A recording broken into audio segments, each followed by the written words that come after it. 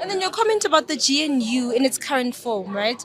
I do speak time and again to ANC members who show that they're disgruntled about it. But if not the DA, then who?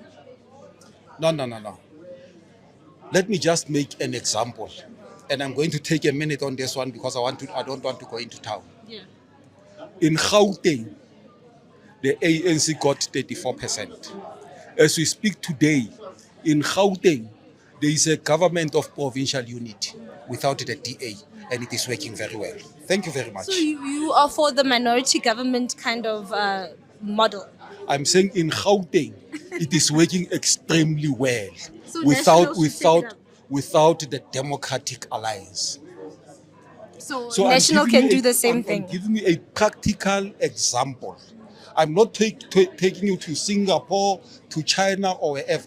I'm taking you here, just there in Gauteng. We have a provincial government of unity which is working extremely well. Can we talk about next year's January 8th celebration? I read the SA Human Rights Commission report, which really is scathing on the Northwest, particularly also Rustenburg, where you're going to be hosting the celebrations.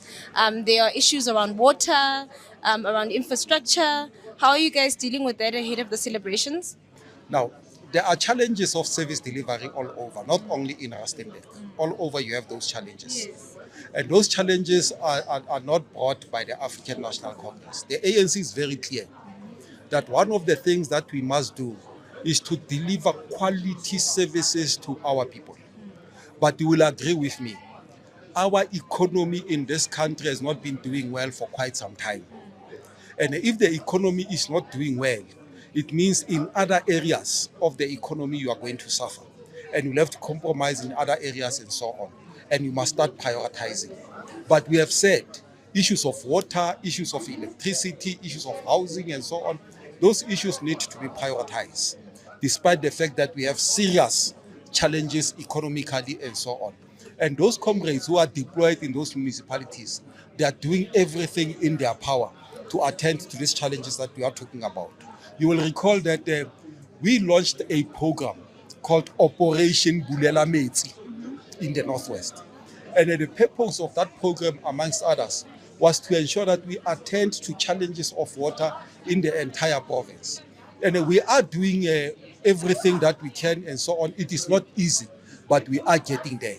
That is why we want communities around those areas where there are challenges and so on. They must work with us to ensure that we resolve these challenges.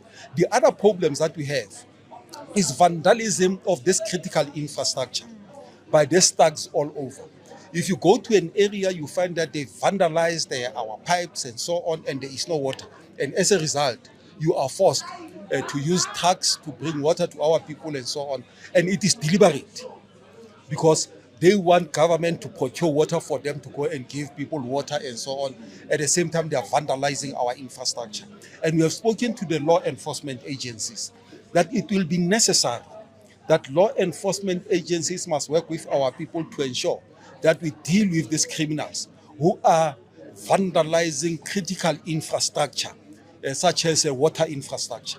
If you are a normal person, you can't just take such a decision. That is abnormal. And that's why we need to deal with this thing once and for all.